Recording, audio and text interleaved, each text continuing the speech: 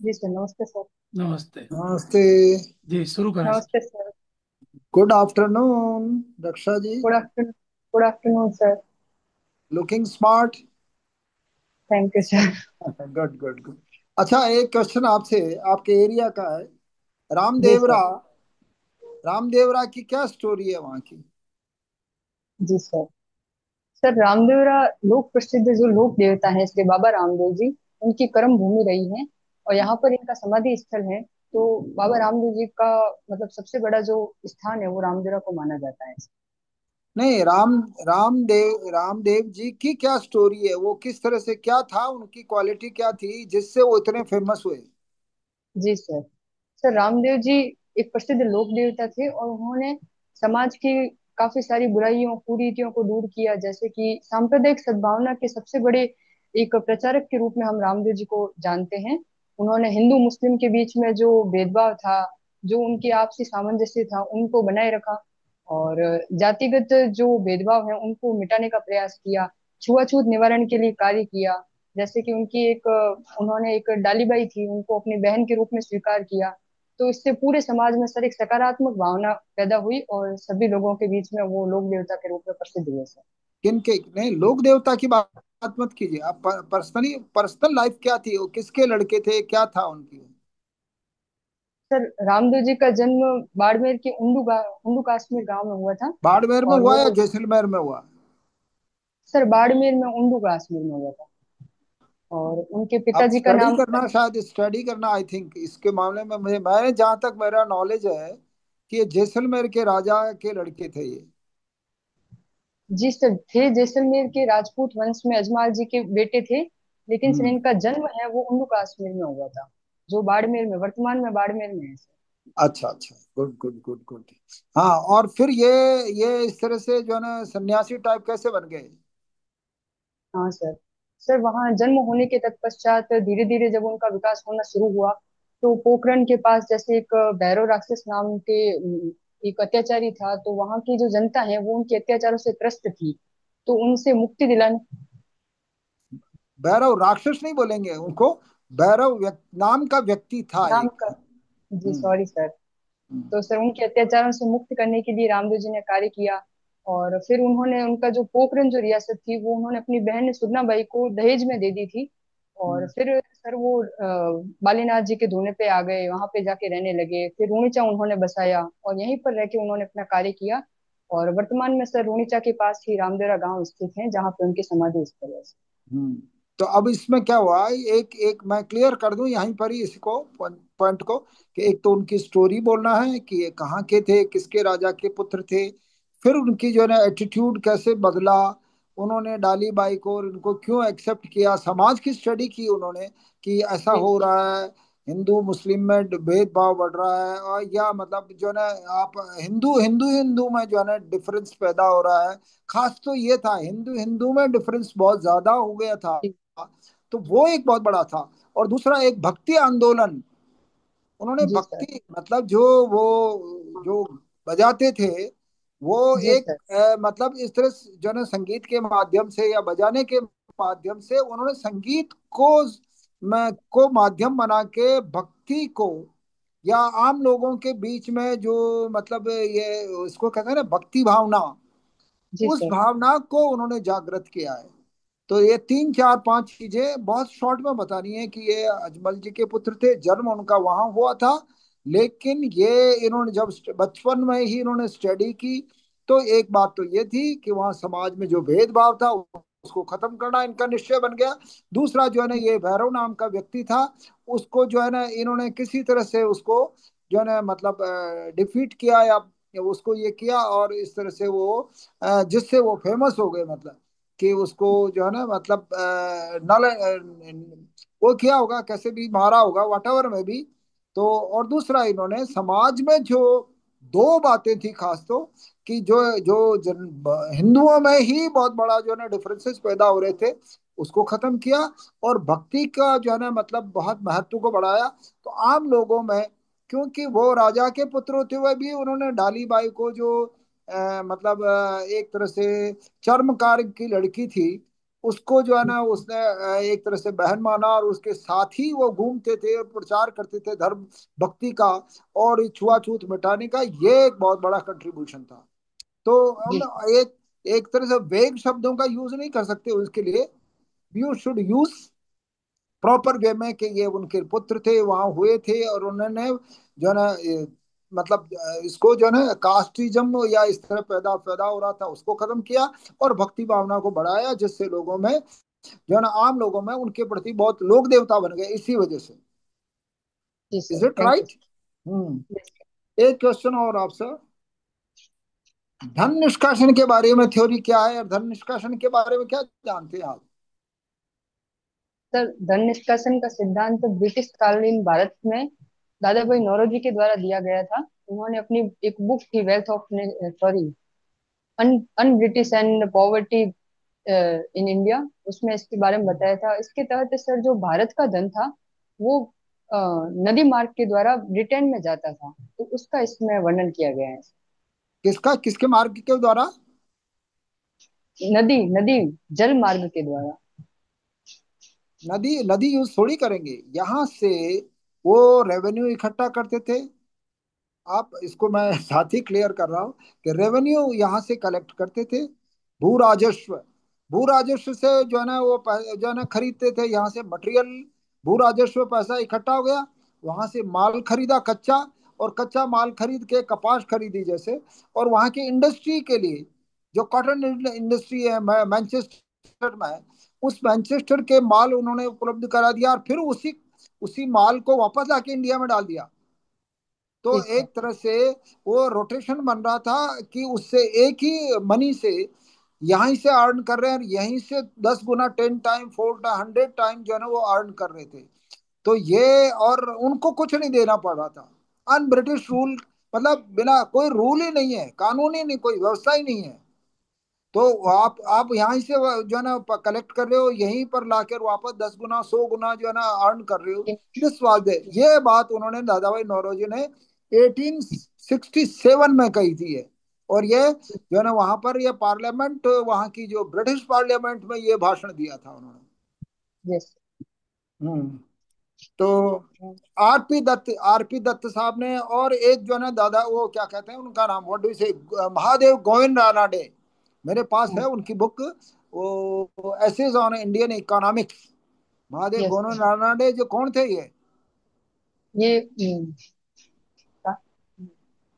ये जस्टिस थे, justice ji British sir. Rule में एक बहुत बड़े जो है ना हाई कोर्ट के जस्टिस थे ये। और इन्होंने लिखी थी एसेज ऑन इंडियन इकोनॉमिक्स। उसमें जो है इन्होंने लिखा था कि किस तरह से हम इंडस्ट्रीज को स्थापित करें, जैसे कि हम लोग जो है ना ज्यादा ज्यादा जो है ना मतलब उसको उनका पैरालाइज ना रहें। और यहाँ का जो शोषण हो रहा था उसके बारे में उन्होंने तो उसमें लिखा था। आरपी दत्त एंड महादेव गोविंद रानड़े का, इनका बहुत बड़ा योगदान था दादा भाई नौरोज की तरह। आरपी दत्त की बुक भी मेरे पास थी, और महादेव गोविंद रानड़े की भी थी, एसेज ऑन इंडियन इकोनॉमिक्स। वो भी बहुत इंपॉर्टेंट बुक थी। और इन्होंने इसको किस तरह से जो है ना यहाँ से ड्रेन कर रहे हैं, पैसा कैसे ले जा रहे हैं, ये उन्होंने आकलन किया था आरपी दत्त ने। Yes RP sir. दत्त ने उन्होंने किया था। मेरी जानकारी के अनुसार अंग्रेज भारत शासक बने उससे पहले यहाँ कोई आविष्कार नहीं हुआ। यहाँ के जब वो यहाँ पर, मैं एक स्टेटमेंट बोल रहा हूँ कि यहाँ यस। वो जब शासक बने तब अंग्रेजों ने अपने यहाँ पर कोई भी आविष्कार नहीं हुआ था। वहां पर कोई भी तरह की क्रांति नहीं थी, कोई भी डेवलपमेंट था। क्या कारण है इसका? आपके इकोनॉमिक्स है इसलिए I am asking this type of question. जी सर। सर, थोड़ा सा आप इसको इलेबोरेट कर देंगे सर, मैं इसका मेन मीनिंग है वो एक्चुअली क्या समझ। है कि जैसे ही यहाँ पर, यहाँ से जी 1757 में उन्होंने प्लासी का वार जीता, और यहाँ यस। मीर जाफर उनसे मीर कासिम, मीर जाफर, इनसे जो है ना पैसा इकट्ठा किया। और फिर वो पैसा जब वहां पर कई गुना, कई 10 टाइम, 100 टाइम, 1000 टाइम यहाँ से जाके वो पैसा गया, उसके बाद में कोई वहां क्रांति आई, जिसका कारण कारण क्या है मतलब? जी सर, उस टाइम ब्रिटेन में औद्योगिक क्रांति हुई थी। चलो मैं इसको उसी के। रिव्यू करूंगा तब बताता हूँ आपको, अभी आपके समझ में नहीं आया। एक बॉन ने लिखा था, बॉन में, बॉन बॉन एक जो है ना उनका ब्रिटिश लेखक था। उसने कहा था कि ऐसा क्यों हो रहा है, वो मैं आपको क्लियर करूंगा बाद में। जी सॉरी सर। हाँ, कुलदीप नायर के बारे में क्या जानते हो? इंग्लिश का आप लिटरेचर भी रही है आपके पास, सॉरी इंग्लिश सर इनके लिटरेचर है, बारे तो यू मस्ट नो अबाउट जो कुलदीप नायर बहुत बड़े जो है ना वो ऑथर हैं इंडिया के। में, यस सर, भारत के। और इंग्लिश इंग्लिश के आप जो है ना वो लिटरेचर आपने पढ़ी है। जी सॉरी इंग्लिश सर, अभी इनके है। बारे में रिकॉल, अभी इनके बारे में सर रिकॉल नहीं कर पा रही हूँ सर। चलो, आप इंग्लिश लिटरेचर के साथ साथ आप पिकासो पिकासो के बारे में क्या जानते हो?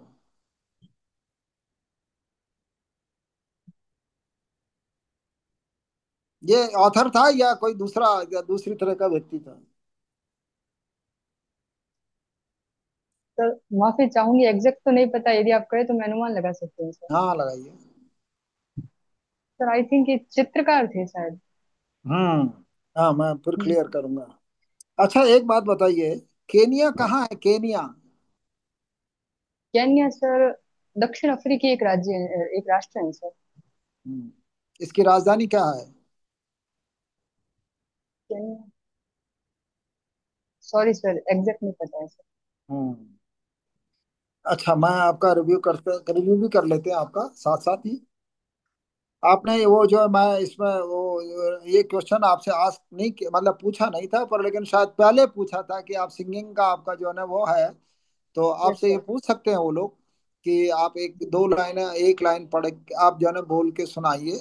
तो आप उसके बारे में आप तैयार है ना कि वो ऐसा पॉजिटिव वाला संदेश वाला कोई लाइन है, आप याद रखना, जिससे कि जो है ना उनको अच्छा लगे। जी रामदेव सर। राय के बारे में मैंने पूछा था, तो वो आपसे मैंने क्लियर कर ही दिया कि रामदेव राय के बारे में हमें क्या होता है, कोई भी क्वेश्चंस का आंसर देते समय वे की क्वेश्चन नहीं देना है उनको। आप रामदेव राय उनके जो है ना वो क्या कहते हैं, आप शब्द यूज किया था ना उनके लिए कि वो जो है ना ऐसे वो जो है ना क्या यूज किया था भैरव शब्द? हाँ, भैरव सॉरी। राक्षस।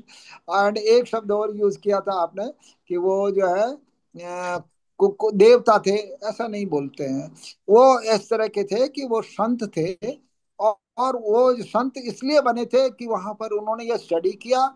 तो और स्टडी करके उस स्टडी के आधार पर उन्होंने ये एक मुहिम चलाई कि I have to do this thing, मुझे जो है ना समाज में सुधार करना है। तो समाज सुधारक थे वो। और उन्होंने बहुत बड़ा काम किया कि जाति प्रथा आपस में जो एक बहुत सारा डिफरेंस पैदा हो रहा था उसको खत्म किया, और भक्ति की भावना को उन्होंने सर बढ़ाया, वो इसलिए वो भैरव गाते थे। भैरव हम्म। को राक्षसी प्रवृत्ति का व्यक्ति कह सकते हैं। हाँ, यस यस हाँ। यस, बिल्कुल, हाँ। वेरी और राइट। रामदेव जी को सर लोक देवता भी माना जाता है। हाँ, लोक इससे देवता तो बाद में बने हो, पहले जी तो आम संत इंसान ही थे, वो भक्त जी थे पहले। जी हाँ। जी सर, जी सर, हाँ। हम्म। कंक्लूड करें सर। हाँ, एक एक वो मैंने पूछा था धन निष्कासन का, आपने जवाब तो सही दिया था लेकिन वर्ष आपको ध्यान नहीं था। हम्म। 1869, एटीन 1867, सिक्सटी सेवन। 1867 का आपको ध्यान रखना है। इसमें महादेव गोविंद रानडे और आरपी दत्त ने इस पर जो है उनकी, आरपी दत्त के एक हिस्ट्री ऑफ जो है एग्रीकल्चर है उसका कुछ है, ऐसी बुक मुझे ध्यान नहीं आ रही, मैं लेके आया था किसी से। वो कॉलेज के जो है डायरेक्टर, वो कॉलेज एजुकेशन के डायरेक्टर रहे थे, क्या नाम है उनका, सक्सेना साहब थे, ऐसा कुछ थे, आई डोंट नो, उनका पूरा नाम मुझे याद नहीं रहा, लेकिन एक्सपायर हो गए वो। तो उन्होंने मुझे मैं जब बुक लिख रहा था मॉडर्न इंडिया, उस समय उन्होंने जो है, मेरी बुक देखी है क्या आपने? ये मैं ऑथर हूँ बुक, ये मेरी बुक है प्राचीन भारत का इतिहास एवं संस्कृति। ये 32 ईयर्स से चल रही है। एक बुक मेरी आधुनिक भारत का इतिहास एवं विरासत है, पीएल गौतम के नाम से आप सर्च कर सकते हैं मेरी बुक्स को, तो आपको दिखेगी मैं सारी। तो उसमें उन्होंने मुझे, जब उनके रिव्यू के गई मेरी बुक हिंदी ग्रंथ अकादमी से छपी थी, तब उन्होंने उन्होंने मेरे को सजेस्ट किया था कि ये आरपी दत्त का वो भी आप इसमें जो है ना इंक्लूड कीजिए। जी महादेव सर। गोविंद रानडे को मैंने तब तब इंक्लूड किया था। एक क्वेश्चन पूछा था कि आप वहां पर एक बॉन नाम के जो है ना वो मेरी बुक में मैंने इसको क्लियर किया है कि यहाँ से जब पैसा 1757 से पहले वो हमारे जैसे ही गंवार ही थे, मतलब जी गंवार का सर। मतलब नहीं, गंवार नहीं, हमारे तो हम तो सभ्य थे, लेकिन वहां पर जो इंडस्ट्री, कोई इंडस्ट्री नहीं थी। हमारे जो करगे थे, मतलब शब्द वेरी सॉरी, वो जो हमारे जो करघे थे, जो ना कपड़े बनाने के करघे थे हाथ से, उसी तरह के लूम वहां पर ब्रिटिश जो ना इंडस्ट्रीज में यहाँ वहाँ के लोग यूज करते थे। उतना ही पावरफुल थे जितने कि हमारे यहाँ के करघे थे।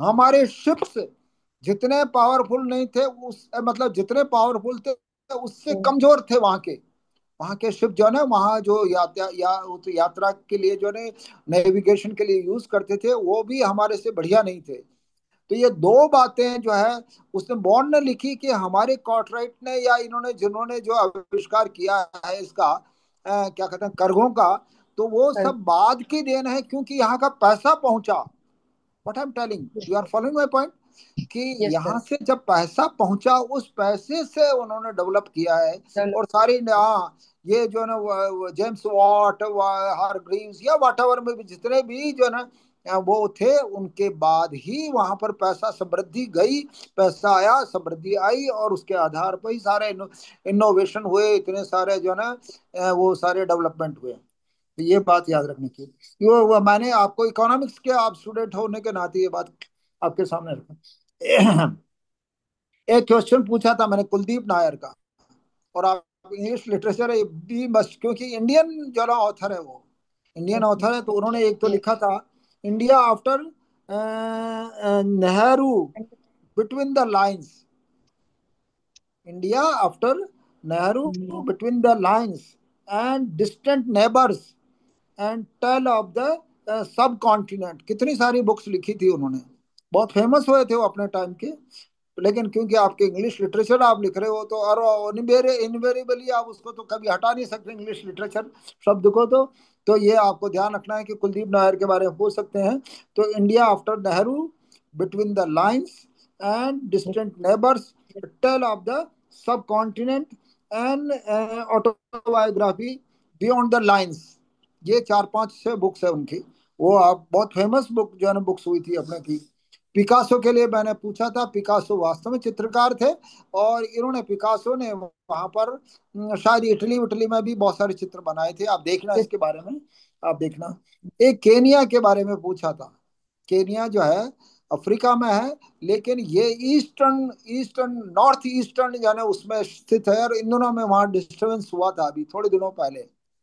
वहाँ डिस्टरबेंस डिस्टरबेंस तगड़ा सा हुआ था, और वो क्रिकेट के लिए अशांति, बहुत सारे कारण वहाँ हैं।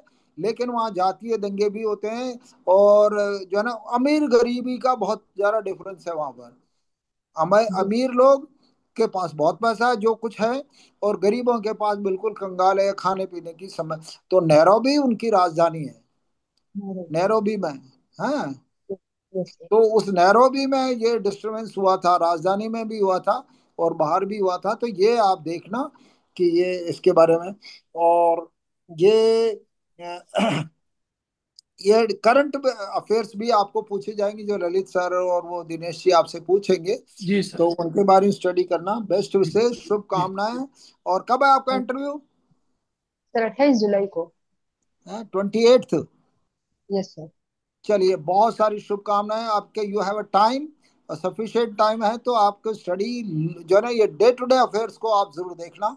और ये थोड़ी सी क्वेश्चन है, क्योंकि वो तो इकोनॉमिक्स के स्टूडेंट है, तो इकोनॉमिक्स के बारे में, और ये जो है ना इंग्लिश लिटरेचर के बारे में आप जरूर देखना।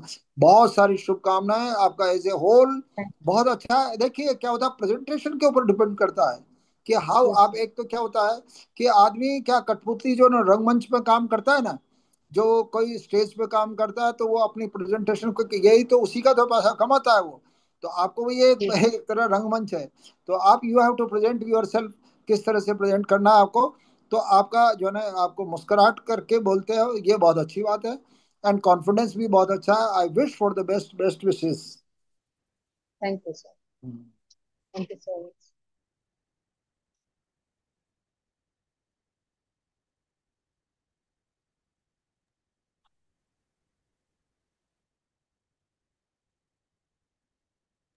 हाँ रक्षा जी। नमस्ते सर। नमस्ते नमस्ते। कैसी तैयारी चल रही है आपकी? सर बस अच्छी चल रही है अभी तो। बढ़िया चल रही है। जी सर। बिल्कुल, बहुत अच्छा रिजल्ट आपका रहेगा। आप बहुत जो प्रेजेंस है बहुत आपकी पॉजिटिव है, तो बहुत अच्छा रिजल्ट आपका रहेगा। मेरा क्वेश्चन है आपसे कि ये जो अभी समझौता हुआ है भारत और ईयू के बीच में मुक्त व्यापार संघ को लेकर, मुक्त व्यापार को लेकर, इस समझौते का क्या नाम है और इसकी क्या शर्तें हैं? सर, भारत और यू के बीच में अभी जो ट्रेड डील हुई है इसका सर एग्जैक्ट नाम तो मुझे अभी सर नहीं याद है। हम्म। लेकिन इसके बीच में जो ट्रेड डील हुई है उसके तहत ये होगा कि जो 10 वर्षों के लिए जो हमारा सामान है सर, उस हम्म। पर विदाउट एनी कस्टम ड्यूटी हम इसको एक दूसरे के देश में आदान प्रदान करेंगे। हम्म। और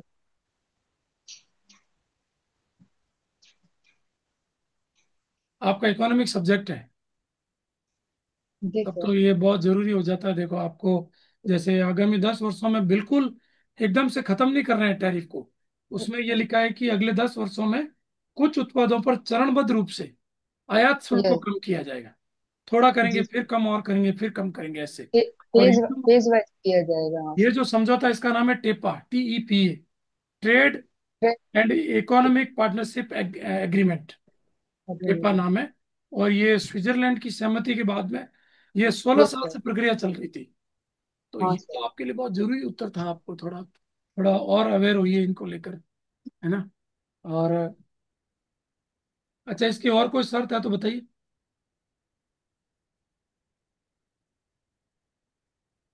सॉरी सर, अभी डिटेल में सर पढ़ना अब है, कल देखिए ही आई इसमें थी देखो, न्यूज़। आपको एक तो ईयू का पता रखना है। ईयू जी कब सर। स्थापित हुआ, उसमें कितने देश हैं, और उनकी सहमति मिलने के बाद में अभी लास्ट में स्विट्जरलैंड ने सहमति दी है। उसके बाद में ये एग्जैक्ट। समझौता हो गया है। ये कब लागू होगा? तो ये लागू होगा 2025 में, अक्टूबर 25। 2025 में ये लागू हो सकता है। और इसके तहत भारत में अगले 15 वर्षों में 100 अरब डॉलर, 100 अरब डॉलर का निवेश होगा हाँ। और 10 लाख रोजगार सृजित हो सकते हैं। जी इतना सर। इंपॉर्टेंट समझौता है ये। तो इसको थोड़ा अच्छे से हाँ। पढ़े। इसमें देखो कुछ पॉइंट्स बताता हूं मैं। एक तो टैरिफ में कटौती होगी अगले 10 वर्षों में क्रमबद्ध रूप से। नंबर 2, सीमा शुल्क जो प्रक्रिया है, आयात निर्यात की जो गति है उसको पारदर्शिता बढ़ाई जाएगी उसमें। और नंबर 3, जो बौद्धिक संपदा है, इंटेलेक्चुअल आईपी, प्रॉपर्टी है, प्रॉपर्टी उसको राइट्स। जी सर। मजबूत कानून बनाए जाएंगे उसके लिए, कोई नकल वगैरह नहीं हो, उनका कोई उल्लंघन ना हो। और एक जो है पर्यावरण, शिक्षा और तकनीक और व्यापार वगैरह, इनमें बढ़ावा दिया जाएगा। और एक कानूनी ढांचे को, निवेश जो भारत में करे तो उनको सुरक्षित माहौल दिया जाएगा लीगली। तो ये कुछ इंपॉर्टेंट यस। पॉइंट्स आप इसको ध्यान रखें। ये एक पॉइंट था। एक बताएं कि ये जो रेयर अर्थ वर्ड अभी बहुत प्रचलित है, क्या है रेयर अर्थ, क्या है? सर, रेयर अर्थ से तात्पर्य ऐसे कुछ पृथ्वी में मौजूद ऐसे तत्व हैं जिनका बहुत कम ही क्षेत्र में दोहन किया जाता है, उनकी हम्म। उपलब्धता भी काफी कम मात्रा में है। जैसे? तो सर इन्हें रेयर, जैसे सर टोटल 17 तत्वों को इसमें आइडेंटिफाई किया गया है, हम्म। जिसमें लिथियम और एक स्ट्रोंशियम। हम्म। ठीक है, ठीक है, ठीक है। रेयर अर्थ में भारत इतना एक्टिव क्यों हो रहा है? रीजन क्या है? सर इसके पीछे कई सारे रीजंस हैं। जैसे यदि पहला पॉइंट बताना चाहूँ तो हम्म। इसमें जो हमारी जो भविष्य की जो तकनीक जो भी उभर कर आ रही है, तो सर हम्म। उसमें जो सिलिकॉन चिप हो गई हम्म। और लिथियम की बैटरी का यूज है सर, ये काफी ज्यादा बढ़ेगा। तो अभी पूरे वर्ल्ड ठीक में है। इसको लेकर। ओके, सेकंड पॉइंट बताइए। जी सर। सेकंड, सर जो हमारे जैसे अभी भारत में एप्पल की जो कंपनी है सर, उन हम्म। उसको भी परमिशन दी गई है, तो उनके द्वारा भी जो तकनीकी उपकरणों का जो प्रयोग किया जाएगा उसके लिए भी इसकी डिमांड ज्यादा बढ़ेगी। अभी अभी हाल ही में हम ये सब कहाँ से मंगवाते हैं? अभी सर भारत में जैसे चाइना हो गया, ताइवान हो गया, इन सब हम्म। से इसका आयात किया जाता आपका है जो सर। सबसे महत्वपूर्ण पॉइंट शुरुआत में जो बताना है, वो आपको ये बताना है कि भारत इस मामले में रेयर अर्थ मैग्नेट और जो रेयर अर्थ एलिमेंट्स हैं, उस मामले में चीन पर अपनी निर्भरता कम तो करना चाहता है, धीरे धीरे कम। करके उसको। ये सबसे महत्वपूर्ण, राष्ट्र हित में ये निर्णय भारत लेना चाहता है। फिर बाकी चीजें बताइए। ये एप्पल यस। वेप्पल सब बाद में आते हैं उसमें। ठीक है। जी। अच्छा, ये बताइए, अहमदाबाद विमान हादसे के बारे में क्या जानते हैं आप? जी सर।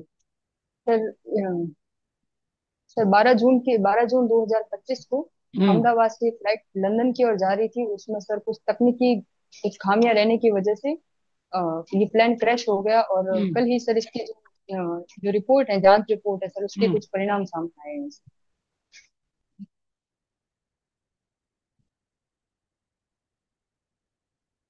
अच्छा।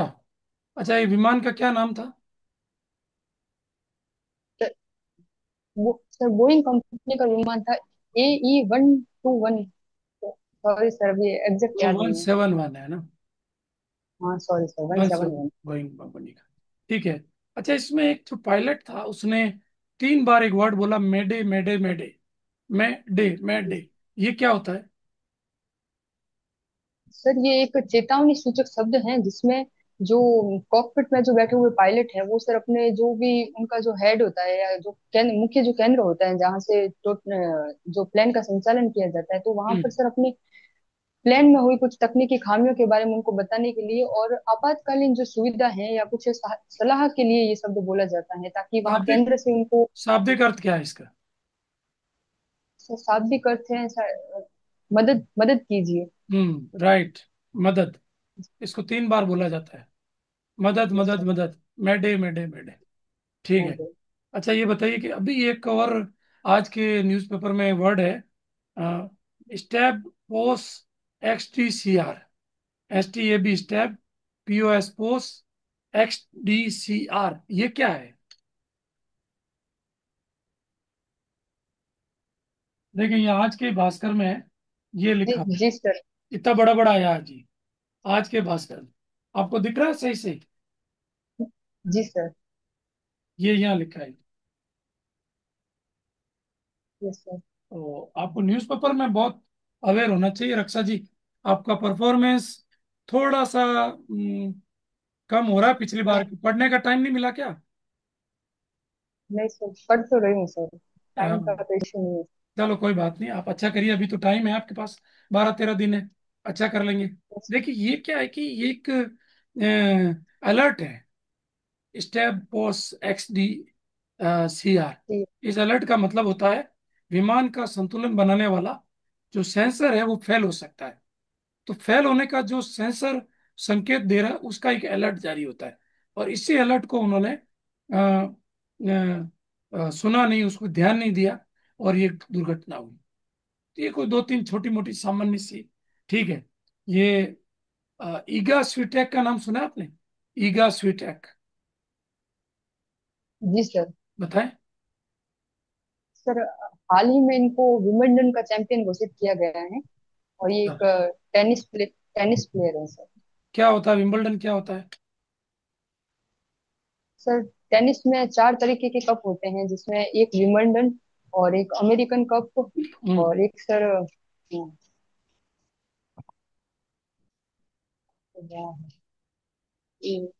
American cup. सॉरी सर, दो अभी मैं रिकॉर्ड नहीं कर पा रही हूँ सर। टोटल हम्म। 4 कप होते हैं, वो अलग अलग टाइम अच्छा, पीरियड में ग्रैंड किए स्लैम जाते हैं। क्या होता है? सर ग्रैंड स्लैम उन्हें उन टेनिस प्लेयर्स को दिया जाता है जिन्होंने इन चारों कपों में मतलब अपनी विजेता घोषित किया गया है उन्हें।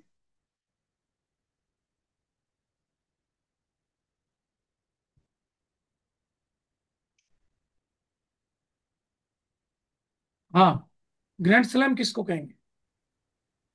सर जिस भी प्लेयर ने इन चारों कपों में अपनी विजेता मतलब विजेता घोषित गुड। किया गया है उनको एक। गुड, अच्छा है। अच्छा, ये बताइए कि ये वर्ष में कब कब होते हैं ये कप?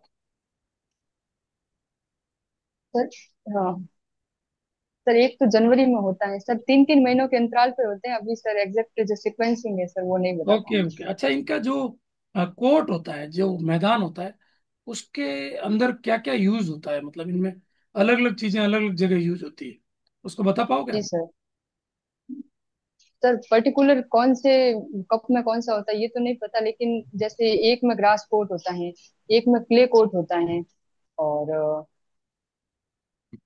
सॉरी सर, चलो, अभी इतना ही आपसे पता तो है। मैं ये इसलिए पूछ रहा हूँ कि ये आज की न्यूज है, यस सर। ये आज के न्यूज़पेपर में आया है, और आपको हाँ विंबलडन सर। का पूरा डिटेल पता होना चाहिए। इसमें देखो, जैसे कैरियर ग्रैंड स्लैम क्या होता है, ये गोल्डन स्लैम क्या होता है। गोल्डन स्लैम क्या होता है हाँ बताइए? सॉरी सर, अगर कोई इसके बारे व्यक्ति में जान। चारों ग्रैंड स्लैम जीत लेता है और साथ में ग्रीष्मकालीन ओलंपिक में स्वर्ण पदक जीत लेता है, टेनिस में। हाँ जी। तो उसको गोल्डन यस स्लैम सर। कहते हैं। ये मैटर अभी मैं ग्रुप में डालूंगा, तो आप थोड़ा उसमें से पढ़ लेना, इसको अच्छे से करना। एक क्वेश्चन और आपसे, ये बताइए कि जो अ, कितने भारतीय मूल के अंतरिक्ष यात्री अंतरिक्ष में गए हैं? आते हैं सर। सबसे पहले श्री राकेश जी शर्मा, हम्म। और कल्पना चावला जी, हम्म। और अभी सर सुधांशु शुक्ला जी गए हुए हैं। अच्छा, टोटल 3 है मतलब। एक सर, सॉरी, एक सुनीता विलियम्स जी की भारतीय मूल की महिला हैं 4। सर। एक और है सर राजाचारी। 5 जने जा चुके हैं भारत के, भारतीय मूल के 5 लोग जा चुके हैं। और ये कब कब गए हैं, थोड़ा ये देखें। सुधांशु शुक्ला का कौन कौन सा मिशन रहा है, पूरा ग्रुप में मैंने आर्टिकल डाले हुए हैं, तो आप उनको आर्टिकल से पॉइंट आउट करिए, उसको नोट डाउन करिए पूरा, है ना, ये जी पॉइंट सर। बहुत काम आता है। लास्ट क्वेश्चन, अंतर्राष्ट्रीय अंतरिक्ष स्टेशन क्या है?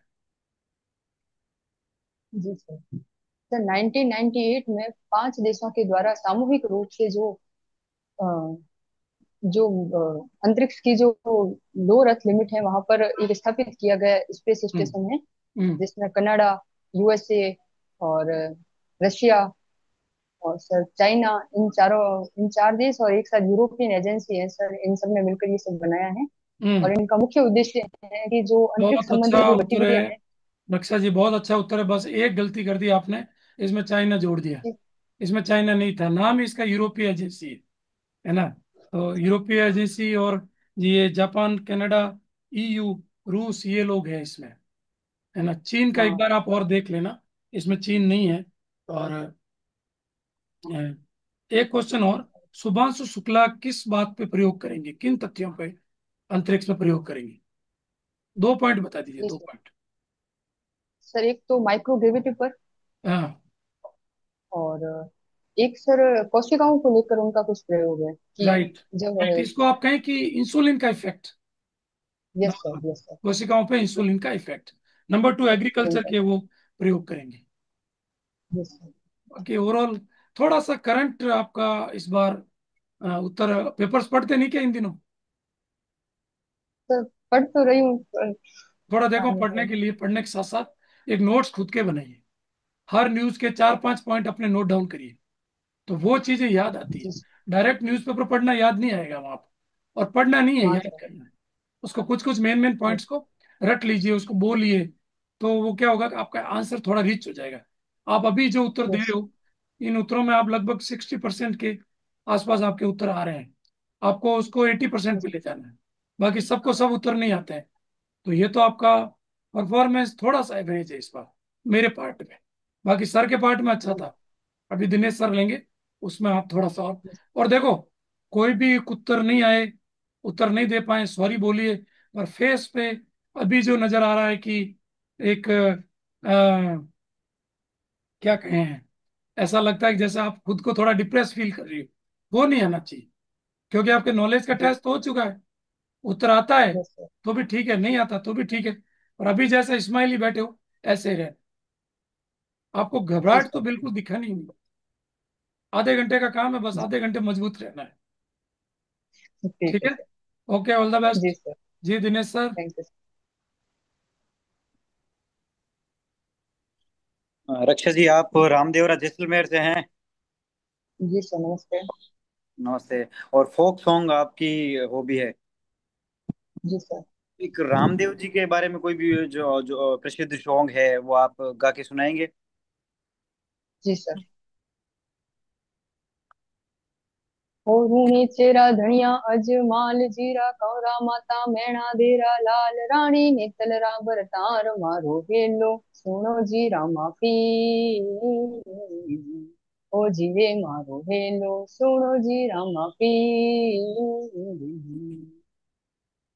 आपने एजुकेशन शायद पोखरण से करी है?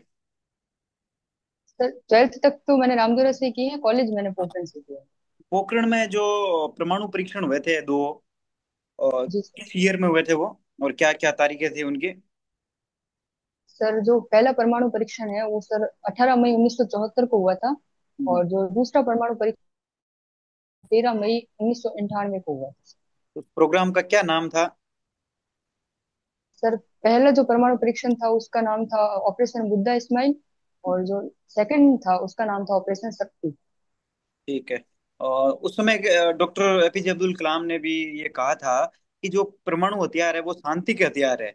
ऐसा क्यों कहा था? जी। जी सर।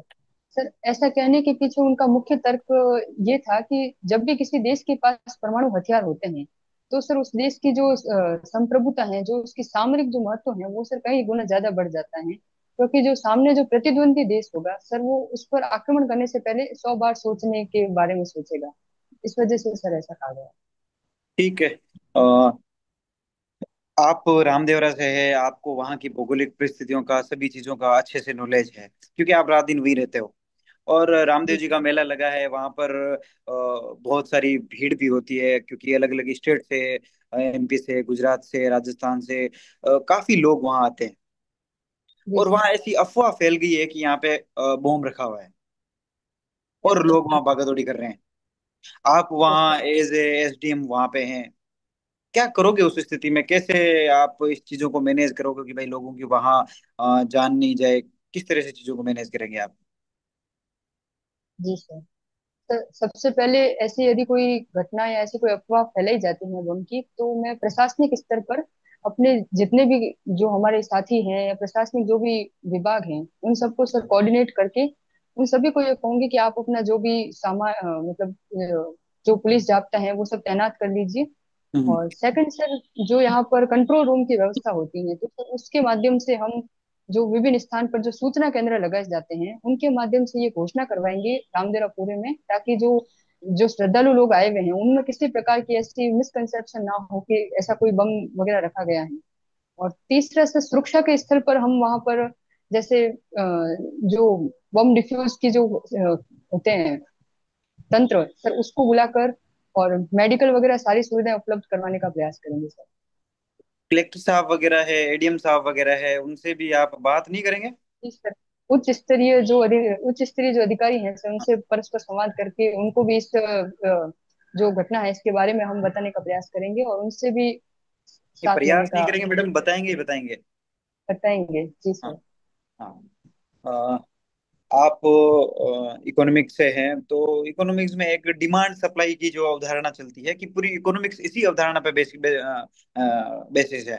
तो क्या अवधारणा है ये डिमांड सप्लाई का? क्या फर्क पड़ता है बिजनेस पे या मार्केट पे?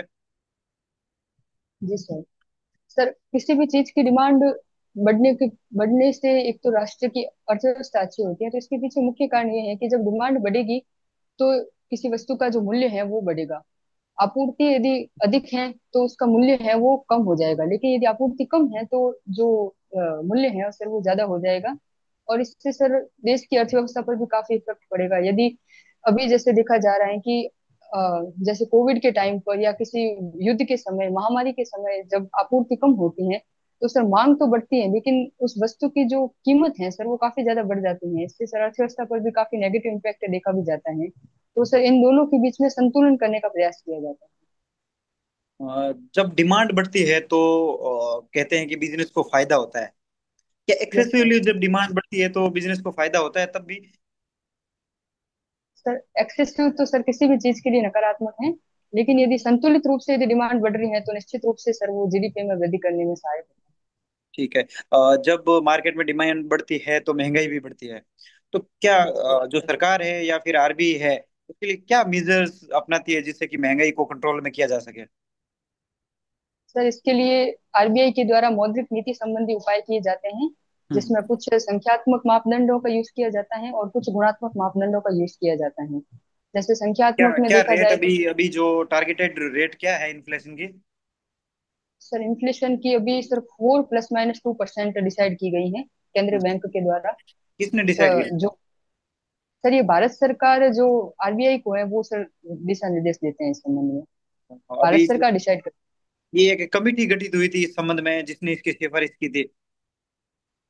किसकी अध्यक्षता में हुई थी वो कमेटी? सर यदि आप कहें तो मैं अनुमान लगा सकती हूँ सर। हाँ, श्योर। सर उर्जित पटेल समिति की सिफारिश पर। बिल्कुल बिल्कुल, आप एकदम सही हैं। उस कमेटी ने क्या क्या सिफारिश करी थी?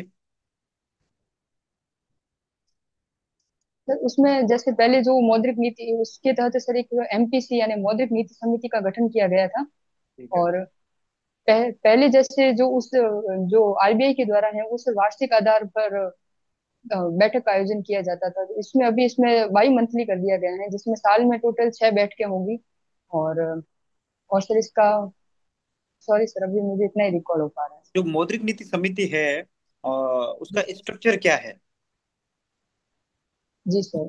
सर उसके हेड जो होते हैं सर, वो केंद्रीय बैंक के गवर्नर होते हैं। और इसमें तीन है वो आरबीआई से संबंधित कर्मचारी होते हैं, और तीन है वो सर नॉन बैंकिंग से संबंधित कर्मचारी होते तो इसमें फिर जब किसी फैसले पे डिस्कशन करके फिर निर्णय लेना होता है, तो वोटिंग किस तरह से हैं। होती है? सर वोटिंग जिसमें जैसे टोटल 6 मेंबर प्लस एक अध्यक्ष, तो 7 के अकॉर्डिंग वोटिंग होती है सर। तो क्या आरबी जो गवर्नर है, इसका जो चेयरमैन होता है, वो पहले ही वोटिंग करता है या फिर निर्णायक मत देता है? जी सर, वो निर्णायक मत देता है। जब 3-3 की स्थिति बन जाती है, तो सर आरबीआई का गवर्नर अपना जो निर्णायक मत है वो देकर डिसाइड ठीक है। करता है। रेपो रेट क्या होता है? जी सर। सर आरबीआई के द्वारा जो वाणिज्यिक बैंक हैं उनको प्रदान किए गए ऋणों के ऊपर जो रेट होती है सर, उसे रेपो रेट कहा जाता है। क्या रेपो रेट है अभी? सर अभी 6% है सर। ठीक है। और रिवर्स रेपो रेट क्या होती है? जी sir. Sir reverse repo rate जैसा कि इसके नाम में डिफाइन है कि रेपो रेट का जस्ट ऑपोजिट होता है। इसमें बैंकों के द्वारा अपने जो कुछ एक निश्चित मुद्रा का जो रेशियो होता है वो सर रिजर्व बैंक के पास जमा करवाना होता है, उस पर रिवर्स रेपो रेट अप्लाई होती है। जी सर। हाँ। हाँ, कंक्लूड करें सर। ठीक है। मैडम, अच्छा है आपका नॉलेज। और आप जैसे सर बता रहे थे कि अगर कहीं पे भी अगर आपको कुछ तथ्य अगर नहीं आए, तो आप बेहिचक वहाँ सॉरी मांगिए और कॉन्फिडेंस के साथ इंटरव्यू दीजिए। कब है आपका इंटरव्यू? सर 28 जुलाई को। ठीक है, आप कॉन्फिडेंस के साथ इंटरव्यू दीजिए, कोई दिक्कत नहीं है। और बाकी चीजें हैं वो तब तक पढ़ते रहिए करंट अफेयर्स अच्छे से। जी सर। और जो जो आपका बायोडाटा है उसको अच्छे से तैयार करो आप। Okay sir. Okay, thank you. Thank you sir.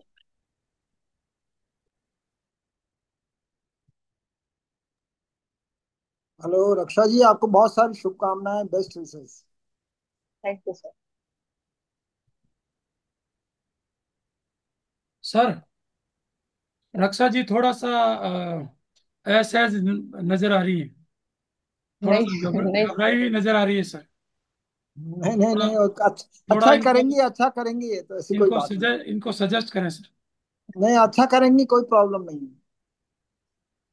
Sir थोड़ा करंट पर भी फोकस करना है, और सर जैसे आप अंग्रेजी बस जो ये इंग्लिश। लेटेस्ट जो ना, ये जो मतलब करंट अफेयर्स है ना, उस पर जैसे यस सर। ललित सर पूछ रहे थे ना, उन पे एक्चुअली क्या है कि आपके सब्जेक्ट पर इन पे तो पूछेंगे पर कम पूछेंगे।